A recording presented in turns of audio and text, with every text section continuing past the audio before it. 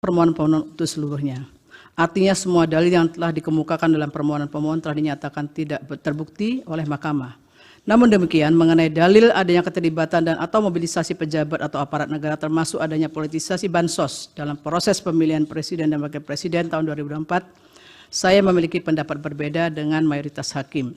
Sebelum menyampaikan pendapat berbeda tersebut, terlebih dahulu saya akan menjelaskan hal-hal sebagai berikut yang sebagian nanti akan saya anggap dibacakan. Bahwa para pengubah Undang-Undang Dasar 1945 pada saat melakukan perubahan telah bersepakat bulat memasukkan prinsip atau azas pemilu yang dilaksanakan secara langsung, umum, bebas, rahasia, jujur, dan adil dan dilaksanakan secara berkala sebagai bagian yang esensial untuk mewujudkan kedaulatan rakyat. Hal ini sejalan dengan semangat bangsa yang dituangkan dalam pokok-pokok reformasi pembangunan dalam rangka penyelamatan dan normalisasi kehidupan nasional sebagai haluan negara yang merupakan pernyataan kehendak rakyat untuk mewujudkan pembaruan di segala bidang pembangunan nasional termasuk bidang politik. Semangat tersebut dimaksudkan agar pelaksanaan pemilu tidak mengulang lagi kondisi yang pernah berlangsung selama masa pemerintahan sebelum reformasi. Oleh karena itu dikehendaki pemilu harus berlandaskan pada prinsip-prinsip tersebut di atas dengan menegaskan bahwa penyelenggara pemilihan harus terjamin kemandiriannya, termasuk lembaga pengawas pemilu. Video ketetapan MPR nomor 10/1998. Bahkan sejalan dengan semangat reformasi juga ditegaskan bahwa dalam rangka penyelamatan dan normalisasi kehidupan nasional penting untuk ditumbuhkan pemerintahan yang bersih sebagai pelayan masyarakat dan bertindak berdasarkan hukum dalam rangka lebih meningkatkan kredibilitas pemerintah di mata rakyat. Artinya reformasi telah meletakkan tonggak sejarah bangsa untuk bangkit dengan kesadaran baru bangsa Indonesia guna menggapai tujuan bernegara secara beradab dengan dilandasi nilai-nilai fundamental kebangsaan berdasarkan Pancasila. Untuk tujuan tersebut, demokrasi yang harus diperjuangkan adalah demokrasi konstitusional, yaitu demokrasi secara ideologis dan teologisnya bermaksud untuk memenuhi dan menjalankan kehendak konstitusi. Terlebih lagi, Konstitusi Indonesia telah memberikan jaminan perlindungan terhadap hak sipil dan politik yang di dalamnya mencakup hak pilih dalam pemilu. Bahwa sejalan dengan semangat penyelamatan kehidupan nasional yang dikehendaki bersama di era reformasi tersebut, maka untuk melaksanakan pemilu harus ditentukan standar dan persyaratan yang jelas. Dalam penyelenggaraan pemilu 2024, persyaratan tersebut diatur dalam Undang-Undang Pemilu, yaitu Undang-Undang 7 2017 sebagai aturan hukum atau aturan main atau rule of the game dalam konstitusi secara demokratis, yang pada prinsipnya menjalankan lebih lanjut kehendak UUD 1945 termasuk semangat penyelamatan dan normalisasi kehidupan nasional yang menjadi haluan negara dalam mewujudkan reformasi. Dalam konteks ini berlaku aksioma bahwa dalam sistem politik yang demokratis, demokrasi tidak mungkin diwujudkan tanpa adanya rule of law. Namun rule of law juga harus dilandasi oleh rule of ethics. Oleh karena itu, aturan main yang telah ditentukan dalam Undang-Undang Pemilu tidak boleh bias terhadap individu maupun kelompok tertentu. Tujuannya agar dalam berkontestasi dapat dicapai kondisi kesetaraan, yaitu kesetaraan dalam kontestasi pemilu sehingga masing-masing pihak dapat berpartisipasi secara penuh, terbuka, dan adil. Oleh karenanya dalam penyelenggaraan pemilu, penyelenggara pemilu, Inkasu, KPU, dan Bawaslu beserta jajarannya, aparat pemerintah serta semua pihak yang terkait harus benar-benar bersikap dan bertindak jujur. Dengan demikian setiap pemilih dalam peserta pemilu mendapatkan jaminan perlakuan yang sama serta bebas dari kecurangan pihak manapun dan dalam bentuk apapun sesuai dengan maksud pasal 22E ayat 1 UUD 1945. Tegasnya Undang-Undang Pemilu menjabarkan pasal 22E ayat 1 UUD 1945 telah mengamanatkan agar pemilu diselenggarakan berlandaskan prinsip langsung, umum, bebas, rahasia, jujur, dan adil berkala setiap 5 tahun. Dan seterusnya dianggap dibacakan. Konsep pemilihan jujur dan adil yang dikehendaki oleh UUD 1945 mencakup pemilu yang jujur dan adil secara prosedural dan substansial. Dengan demikian, dalam penyelenggaraan pemilu, penyelenggara pemilu Inkasu, KPU, dan Bawaslu beserta jajarannya, aparat pemerintah, peserta serta semua pihak yang terkait harus bersikap dan bertindak jujur agar kontestasi pemilu benar-benar memberikan ruang jaminan berdasarkan konstitusi sehingga rakyat atau pemilu secara bebas dapat menentukan wakil-wakilnya tanpa dipengaruhi oleh kondisi apapun dan oleh siapapun. Bahwa untuk menjamin pemilu yang jujur dan adil telah ditentukan aturan main dalam Undang-Undang Pemilu beserta aturan pelaksananya yang tidak sekedar untuk memenuhi prosedur kontestasi semata, namun juga harus mampu menjamin terwujudnya demokrasi substansial yang dicirikan dengan keteraturan, yakni keteraturan hukum dan etika sehingga terdapat keseimbangan rule of law dan rule of ethics yang akan menghasilkan kesejahteraan kolektif sebagai bangsa. Dengan demikian kemanfaatan dan demokrasi bisa dinikmati bersama melalui kebebasan, keadilan, kesejahteraan, dan kerukunan. Terkait dengan persoalan etika tersebut, pada era reformasi justru telah menjadi perhatian yang sangat serius yang ditandai dengan ditetapkannya ketetapan MPR nomor 6 2021 tentang etika kehidupan berbangsa. Ketetapan ini dilandasi oleh pertimbangan karena terjadinya degradasi etika kehidupan berbangsa yang pada intinya akhirnya menyebabkan terjadinya krisis multidimensi. Video konsideran menimbang huruf C dan huruf D ketetapan MPR 6 2001. Untuk menyelamatkan dan meningkatkan mutu kehidupan bangsa Indonesia, maka dirumuskanlah pokok-pokok etika kehidupan berbangsa untuk dapat menjadi acuan, pedoman, dan panduan. Pentingnya dirumuskan etika kehidupan berbangsa tersebut bertolak dari berbagai kondisi masa lalu dan masa kini serta tantangan masa depan sehingga perlu ada acuan. Antara lain pada cita-cita persatuan dan kesatuan, ketahanan kemandirian yang dijiwai oleh nilai-nilai agama serta nilai-nilai luhur budaya bangsa. Terkait dengan isu etika politik dan pemerintahan, ketetapan MPR 6 2001 telah menggarisbawahi misinya bahwa setiap pejabat dan elit politik harus bersikap jujur, amanah, sportif, siap melayani, berjiwa besar, memiliki keteladanan, rendah hati, dan siap mundur dari jabatan politik apabila terbukti melakukan kesalahan dan secara moral kebijakannya bertentangan dengan hukum dan rasa keadilan masyarakat. Video angka 2 bab 2 pokok-pokok etika kehidupan berbangsa ketetapan MPR nomor 6 2021. Menimbang Mahkamah dalam putusan aku telah menyatakan berwenang mengadili permohonan pemohon, sekalipun termohon dan pihak terkait mengeksepsi kewenangan Mahkamah. Dalam konteks ini penting bagi saya untuk menegaskan bahwa memahami kewenangan Mahkamah dalam penyelesaian perselisihan hasil pemilihan umum tidak dapat dilihat secara parsial dengan merujuk pada pasal 24 C ayat 1 UUD 1945 dan pasal 475 Undang-Undang Pemilu dan seterusnya dianggap dibacakan. Dalam kaitan ini penting kiranya ditegaskan bahwa kewenangan Mahkamah dalam menangani PHPU Presiden dan Wakil Presiden sekalipun disebutkan dalam Konstitusi dan Undang-Undang Pemilu adalah menyelesaikan perselisihan hasil, namun bukan berarti hanya terbatas pada angka-angka statistik semata. Maka apabila Mahkamah dibatasi untuk memeriksa angka semata, justru sama artinya dengan menurunkan derajat konstitusi itu sendiri, di mana Mahkamah harus menjaga nilai-nilai konstitusi dan prinsip-prinsip demokrasi. Terlebih lagi sejak penanganan PHPU Presiden dan Wakil Presiden 2024, Mahkamah tidak pernah membatasi diri untuk memeriksa dugaan kesalahan penghitungan suara semata. Oleh karenanya perdebatan apakah Mahkamah hanya berwenang untuk memeriksa perselisihan angka saja seharusnya dapat diakhiri. Sehingga Mahkamah ke depan dapat berfokus pada memeriksa berbagai persoalan yang dapat mengaruhi hasil pemilu apabila penyelenggara pemilu, khususnya KPU dan Bawaslu, tidak menjalankan tugas dan fungsinya secara optimal, profesional, dan independen dalam mencegah dan meminimalkan terjadinya berbagai kesalahan ataupun pelanggaran di seluruh tahapan pemilu sehingga pemilu yang jujur dan adil tidak berlangsung. Dalam permohonan aku persoalannya adalah apakah penyelenggara pemilu inkasu, KPU dan Bawaslu telah melaksanakan kewenangannya sesuai dengan prinsip yang dijamin dalam konstitusi dan ketentuan peraturan perundang-undangan dalam pemilu Presiden dan Wakil Presiden 2024 sehingga terjamin pemilu yang jujur dan adil. Jika hal tersebut tidak dilakukan, maka lembaga yang dapat menegakkan terlanggarnya pemilu yang jujur dan adil sebagaimana dijamin oleh konstitusi adalah Mahkamah Konstitusi sebagai peradilan konstitusi. Menimbang bahwa berkenaan dengan pendapat berbeda aku, pemohon dalam permohonannya mendalilkan tidak dilaksanakannya kewenangan penyelenggara pemilu inkasu KPU Bawaslu dan adanya keterlibatan atau mobilisasi pejabat atau aparat negara serta politisasi bansos.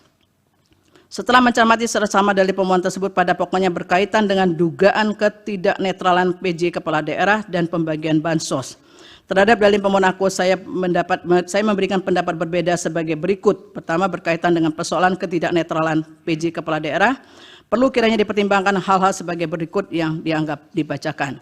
Berkaitan dengan pengisian PJ Kepala Daerah, tidak boleh mengabaikan prinsip-prinsip demokrasi dan sekaligus memberikan jaminan bagi masyarakat bahwa mekanisme pengisian penjabat tersebut berlangsung secara terbuka, transparan, dan akuntabel untuk menghasilkan pemimpin yang kompeten, serta berintegritas sebagaimana hal tersebut telah dipertimbangkan dalam putusan MK nomor 67 2021 yang dianggap dibacakan. Bahwa selanjutnya dalam proses pengisian PJ Kepala Daerah tersebut pula harus pula memperhatikan syarat bahwa penjabat dimaksud memiliki pemahaman yang utuh terhadap ideologi Pancasila, Negara Kesatuan Republik Indonesia serta pemahaman terhadap politik nasional yang baik sebagaimana telah ditegaskan dalam pertimbangan hukum putusan MK nomor 15 tahun 2022 dianggap dibacakan. bahwa berdasarkan kutipan pertimbangan hukum tersebut di atas, proses pengisian dan persyaratan PJ Kepala Daerah telah diatur dalam pasal 201 Undang-Undang 10 2016 dan ditegaskan pula oleh Mahkamah dalam pertimbangan hukum putusan-putusan di atas. Pada prinsipnya Mahkamah menegaskan perlu adanya kaidah dan ketentuan hukum yang memberikan pedoman dan batasan dalam pengangkatan PJ Kepala Daerah. Sebab sekalipun kedudukan PJ bersifat sementara di masa transisi, namun memegang peran strategis untuk ikut menjamin penyelenggaraan pemilu agar dapat berlangsung secara jujur dan adil. Oleh karena itu diperlukan PJ Kepala Daerah yang memiliki integritas dan pemahamannya utuh terhadap ideologi Pancasila, NKRI, serta pemahaman terhadap politik nasional yang baik. Bahwa dikarenakan sebagian besar PJ Kepala Daerah adalah ASN, maka harus tunduk pada Undang-Undang ASN. Dan seterusnya dibacakan. Di mana ASN harus bersikap netral dalam melaksanakan kebijakan menyelenggarakan pemerintahan di daerahnya masing-masing sebagaimana diatur dalam ketentuan pasal 9 Undang-Undang 5 2014 dibacakan.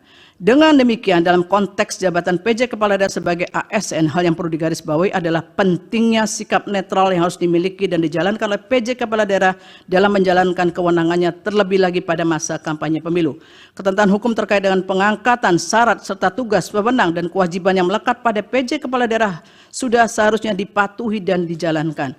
Jika kemudian terdapat adanya dugaan PJ Kepala Daerah yang menunjukkan keberpihakan kepada pasangan calon tertentu, maka PJ Kepala Daerah tersebut telah melanggar hukum dan konstitusi dalam mewujudkan pemilu yang jujur, adil, dan berintegritas. Bahwa terkait dengan netralitas ASN adalah benar, Bawaslu secara formal telah melakukan tindakan pencegahan dengan surat Ketua Bawaslu nomor 779 dan seterusnya 2023 dan surat Ketua Bawaslu nomor 810 dan seterusnya 2023 bertanggal 12 November 2023. Surat tersebut pada pokoknya berisi himbauan netralitas pegawai ASN, kampanye oleh pejabat, dan seterusnya. Persoalannya adalah bagaimana jika surat Bawaslu tersebut diabaikan dalam penyelenggaraan pemilu presiden dan wakil presiden 2024 sebagaimana yang terjadi di beberapa daerah. Bahwa sebelum menjelaskan persoalan yang terjadi di beberapa daerah tersebut, penting bagi saya menegaskan terlebih dahulu bahwa dikarenakan permohonan perkara nomor 1 2024 dan perkara nomor 2 2024 pada pokoknya mendalilkan hal yang sama dan terhadap objek permohonan yang sama, yakni berkaitan dengan keputusan KPU 360 2024 dan seterusnya, maka dalam menguraikan persoalan yang terdapat di beberapa daerah tersebut diintegrasikan antara perkara nomor 1 2024 dan perkara nomor 2 2024 dengan menunjukkan pada buktinya masing-masing di mana dalam penjelasannya dapat saling melengkapi. Selanjutnya, beberapa daerah yang didalilkan adanya ketidaknetralan PJ Kepala Daerah tersebut termasuk di dalamnya terkait dengan ketidaknetralan pejabat dan aparat negara adalah sebagai berikut, yaitu 1 di Kalimantan Barat, bahwa dalam permohonannya pemohon mendalilkan mengenai ketidaknetralan PJ Kepala Daerah pejabat negara aparatur negara di Provinsi Kalimantan Barat pada masa pemilu 2004 sebagai berikut, huruf A, B, dan seterusnya dibacakan. Terhadap dalil pemohon di atas, Mahkamah seharusnya juga mempertimbangkan berbagai laporan temuan Bawaslu berkenaan dengan permasalahan netralitas pejabat sebagaimana didalilkan oleh pemohon berkenaan dengan PJ Gubernur Kalimantan Barat yang dianggap tidak netral dalam masa kampanye 2024. Bawaslu dalam keterangannya memberikan penjelasan sebagai berikut, huruf A, B, dan seterusnya dibacakan. Bahwa berdasarkan hasil temuan Bawaslu di atas telah terbukti PJ Gubernur melakukan pelanggaran terhadap netralitas dalam masa pemilu 2024. Oleh karena itu Bawaslu meneruskan kasus tersebut kepada KASN untuk menindaklanjuti sesuai dengan peraturan perundang-undangan yang berlaku. Adanya indikasi kuat pelanggaran yang telah dilakukan PJ Gubernur Kalimantan Barat, namun tidak terdapat kejelasan proses penegakan hukum atas pelanggaran tersebut menyebabkan pemilu yang jujur dan adil berintegritas telah tercederai karena adanya keberpihakan kepada salah satu pasangan calon presiden pada pemilu 2024. Kemudian yang kedua adalah Jawa Tengah. Bahwa dalam permohonannya pemohon juga mendalilkan mengenai ketidaknetralan pejabat negara PJ Kepala Daerah dan aparatur negara di Provinsi Jawa Tengah dalam masa pemilu 2024 dengan dalil-dalil sebagai berikut, huruf A, B, dan seterusnya sampai G dibacakan. Bahwa terhadap dalil pemohon di atas hanya beberapa laporan atau temuan yang ditindaklanjuti oleh Bawaslu, yaitu huruf A, B dibacakan. Bahwa berdasarkan hasil pemeriksaan Bawaslu di atas terhadap laporan terkait dengan adanya penyambutan oleh PJ Gubernur Jawa Tengah kepada salah satu pasangan calon dan penggunaan warna baju biru yang mirip dengan tim kampanye nasional Prabowo Gibran, Bawaslu menyimpulkan bahwa laporan tersebut memenuhi syarat formil namun tidak memenuhi syarat material dan tidak diregistrasi. Dalam konteks ini, oleh karena Bawaslu menyatakan laporan tidak memenuhi syarat material untuk diperiksa lebih lanjut, maka masih terdapat permasalahan berkenaan dengan netralitas PJ Gubernur Jawa Tengah. Selanjutnya, terlepas dari Bawaslu telah melaksanakan tugas pengawasan melalui penelusuran dan hasilnya dinyatakan tidak terbukti terdapat pelanggaran, namun hasil penelusuran tersebut tidak cukup meyakinkan bahwa PJ Gubernur telah bersikap netral, apalagi Bawaslu tidak bersungguh-sungguh untuk menindaklanjuti laporan tersebut. Selain itu, dapat banyak bukti awal yang memberikan petunjuk adanya ketidaknetralan pejabat negara, aparat negara, dan aparatur sipil negara, serta pengerahan perangkat desa seperti adanya konsolidasi ratusan kepala desa di Kabupaten Temanggung untuk mendukung pasangan calon nomor urut 2. Kemudian terdapat kasus kekerasan politik seperti penganiayaan terhadap salah satu relawan pendukung pasangan calon. Selain itu, sejumlah acara dukungan dari pejabat pemerintahan juga dilakukan terhadap salah satu pasangan calon, termasuk juga dilakukan oleh Menteri Perdagangan dan Menteri Pertanian. Seluruh kejadian ini menjadi perhatian publik yang sangat luas dalam penyelenggaraan Pemilu 2024 yang seharusnya ditindaklanjuti oleh Bawaslu sesuai dengan tugas dan wewenangnya. Namun tidak terdapat bukti yang kuat bahwa Bawaslu telah melaksanakan tugas dan wewenang secara optimal untuk menjamin terselenggaranya pemilu yang jujur dan adil. Kemudian di Sulawesi Selatan, bahwa pemohon juga mendalilkan mengenai ketidaknetralan pejabat negara dan aparatur negara di Provinsi Sulawesi Selatan dalam masa pemilu 2024 sebagai berikut, dengan dalil A, B dianggap dibacakan. Terkait dengan dalil pemohon tersebut, Bawaslu tidak memberikan keterangan yang secara utuh mengenai persoalan yang didalilkan pemohon di atas, sehingga seolah-olah tidak terdapat persoalan mengenai ketidaknetralan pejabat tersebut. Sementara Bawaslu dalam keterangannya menyampaikan hasil pemeriksaan terhadap beberapa laporan atau temuan terkait dengan netralitas pejabat di Sulawesi Selatan di masa pemilu 2024 sebagai berikut dianggap dibacakan. Bahwa berdasarkan hasil pemeriksaan Bawaslu di atas terdapat persoalan terkait pelanggaran netralitas aparat negara dalam pemilu di Sulawesi Selatan. Adanya laporan ketiga Bawaslu terkait keterlibatan PJ Gubernur Sulawesi Selatan dalam kegiatan pembagian bantuan sosial, tetapi laporan tersebut dinyatakan tidak memenuhi syarat material. Selain itu, Sekda Kabupaten Takalar Muhammad Hasbi diduga mengampanyekan pasangan calon nomor urut 2 di media sosial sehingga Bawaslu Kabupaten Takalar menerbitkan surat rekomendasi untuk ditindaklanjuti oleh KASN.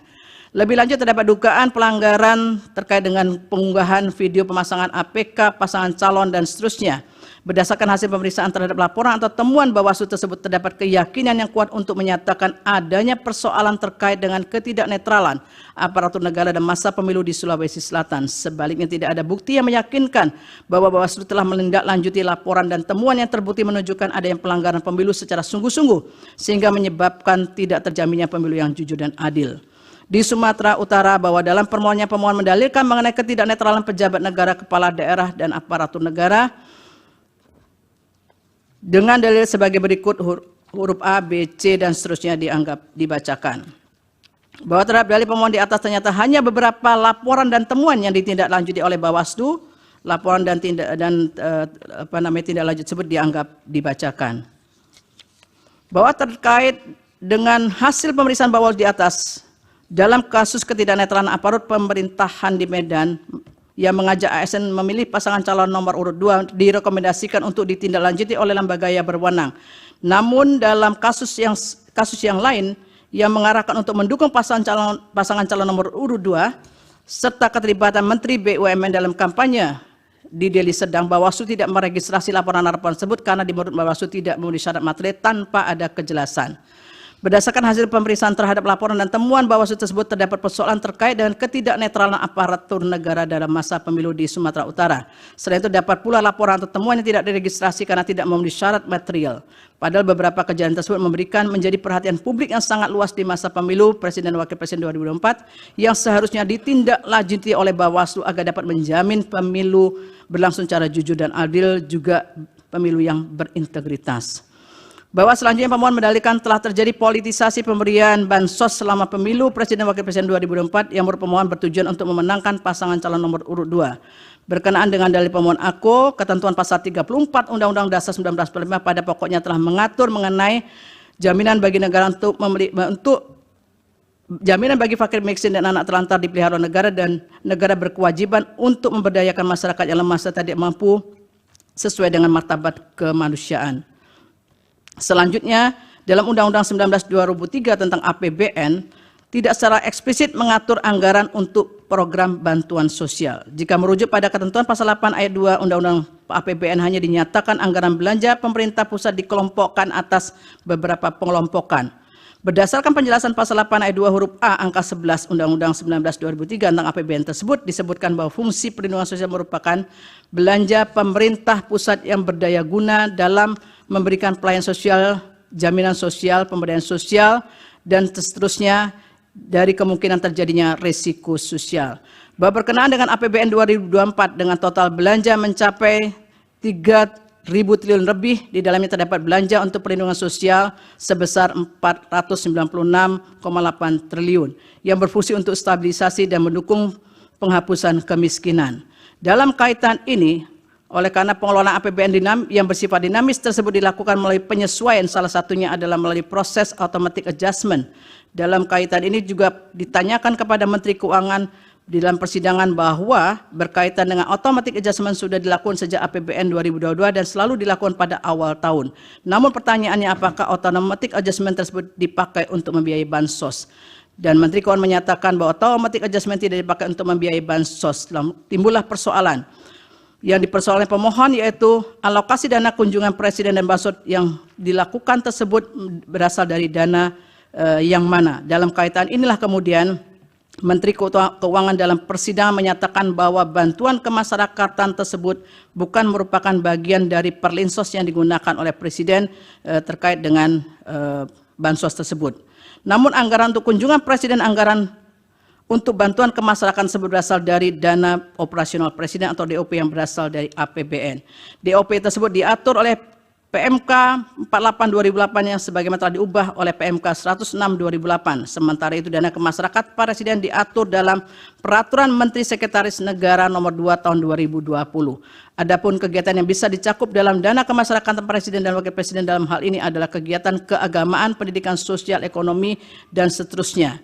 Bantuan tersebut bisa diberikan dalam bentuk barang maupun uang. Berdasarkan fakta yang terungkap dalam persidangan, terlihat bahwa realisasi anggaran DOP tidak pernah mencapai 100% dari jumlah yang dialokasikan pada setiap tahunnya. Meskipun demikian, anggaran untuk DOP terus meningkat dari tahun ke tahun.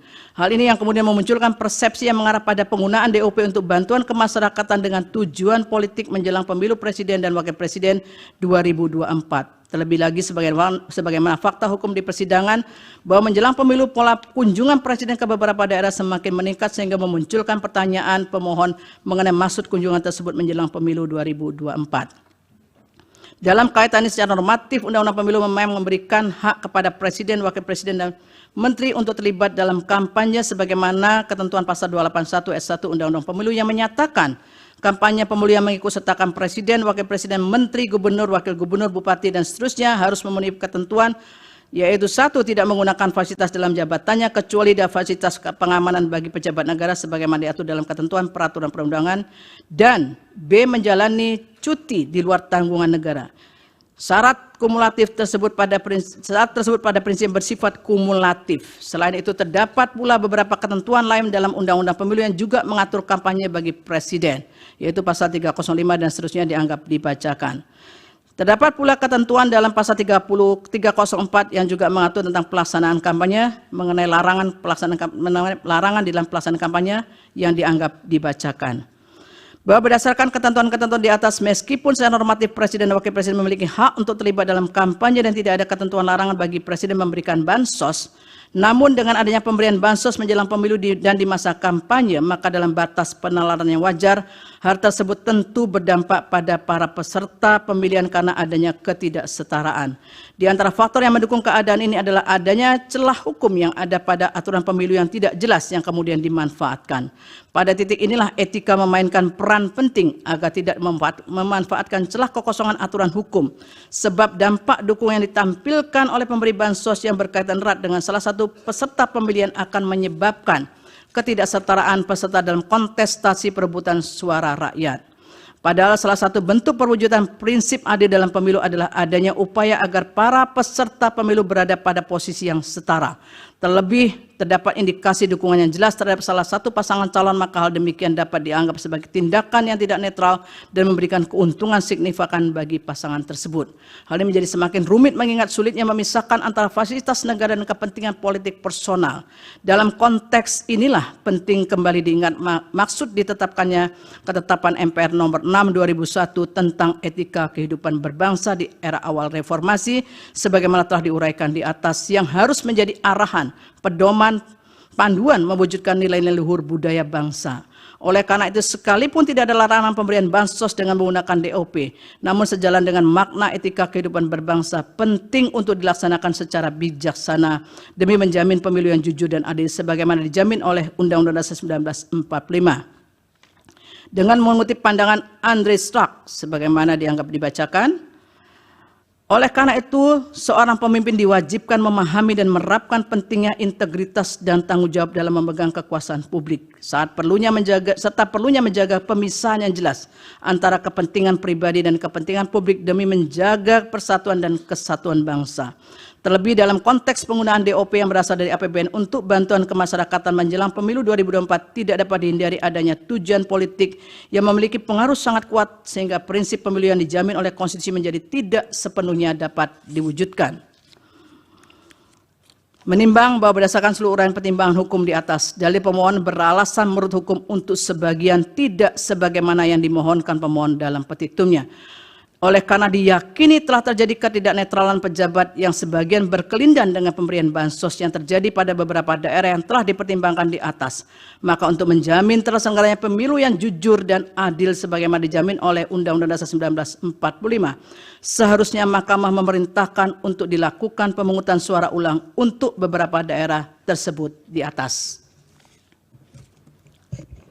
Prof. Harip. Terima kasih Yang Mulia Ketua.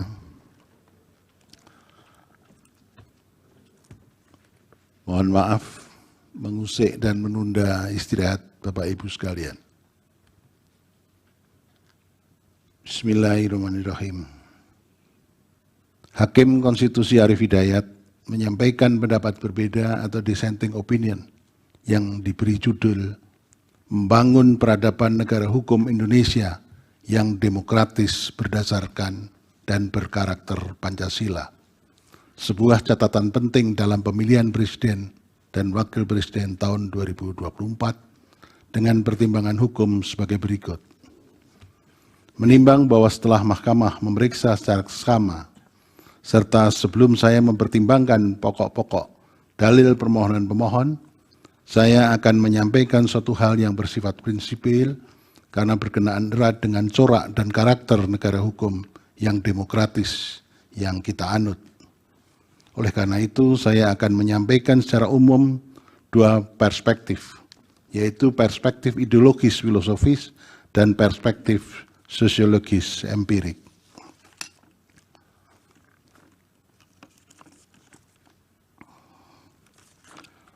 Perspektif ideologis filosofis. Mohon maaf, dissenting saya 57 halaman, tapi tidak akan saya bacakan seluruhan. Perspektif ideologis filosofis. Secara sederhana, demokrasi dimaknai sebagai pemerintahan yang berasal dari rakyat, oleh rakyat dan untuk rakyat. Dalam sebuah negara demokrasi, rakyat memiliki peran sebagai pemegang kedaulatan. Sebab berdasarkan teori klasik yang digagas oleh Rousseau dengan teori de kontrak sosial, rakyat kemudian mengadakan perjanjian dengan para pemimpinnya untuk membangun sebuah entitas yang bernama negara dalam rangka menjamin pemenuhan akan hak-hak dan kebutuhannya. Dalam konteks keindonesiaan, Forum BPUPKI dan PPKI boleh dikatakan sebagai miniatur perwujudan de kontrak sosial yang merupakan tempat berkumpul seluruh komponen bangsa dari berbagai suku, daerah, dan golongan yang tersebar dari Sabang hingga Merauke untuk membahas pembentukan sebuah entitas negara, yakni negara Indonesia, dalam sebuah hukum dasar yang kita kenal sebagai konstitusi yang memuat aturan-aturan main dalam penyelenggaraan negara Indonesia yang akan dibentuk. Pasca hukum dasar terbentuk dan disahkan, maka dalam sidang BPKI itu juga telah terpilih Presiden dan Wakil Presiden pertama, yakni Insinyur Soekarno dan Dr. Andes Muhammad Hatta pada tanggal 18 Agustus tahun 1945.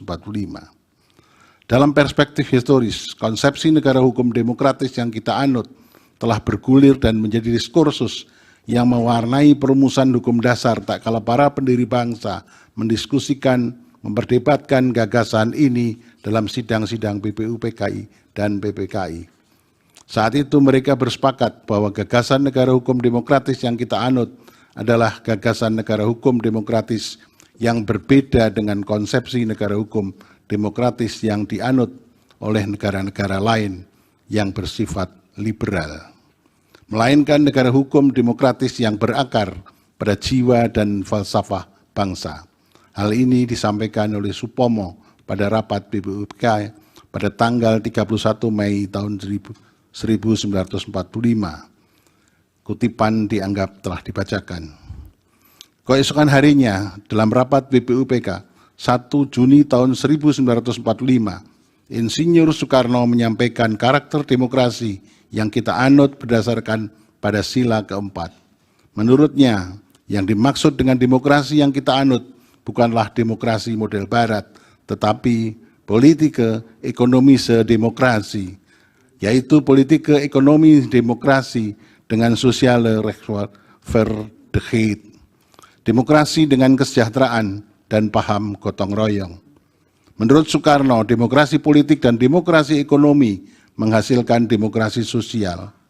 Muhammad Hatta juga memiliki pandangan yang tidak jauh berbeda dengan Soekarno. Hatta menyatakan dianggap telah dibacakan. Sementara Agus Salim dalam pidato di hadapan BPUPKI pada 11 Juli 1945 menyatakan dianggap telah dibacakan. Dari berbagai pandangan para pendiri negara di atas, semakin nampak jelas bahwa konsepsi negara hukum demokratis yang dirancang dan didesain oleh para pendiri bangsa bukanlah demokrasi model barat yang berkarakter liberal dan bercorak individualis yang belum tentu kompatibel dengan nilai, jiwa, corak maupun karakter bangsa kita yang cenderung memiliki kekasan tersendiri. Sebab jiwa bangsa kita berakar pada nilai luhur yang digali dari rahim Ibu Pertiwi dan dirumuskan ke dalam 5 sila, yakni Pancasila.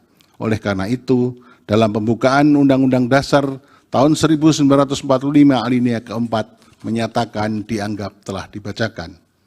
Kutipan yang menyatakan, yang berkedaulatan rakyat dengan berdasar kepada ketuhanan yang Maha Esa dan seterusnya, memuat makna bahwa kedaulatan yang dimaknai sebagai demokrasi itu harus didasarkan pada nilai-nilai luhur Pancasila. Hal ini menegaskan bahwa anutan sistem. Download Tribun X sekarang, menghadirkan lokal menjadi Indonesia.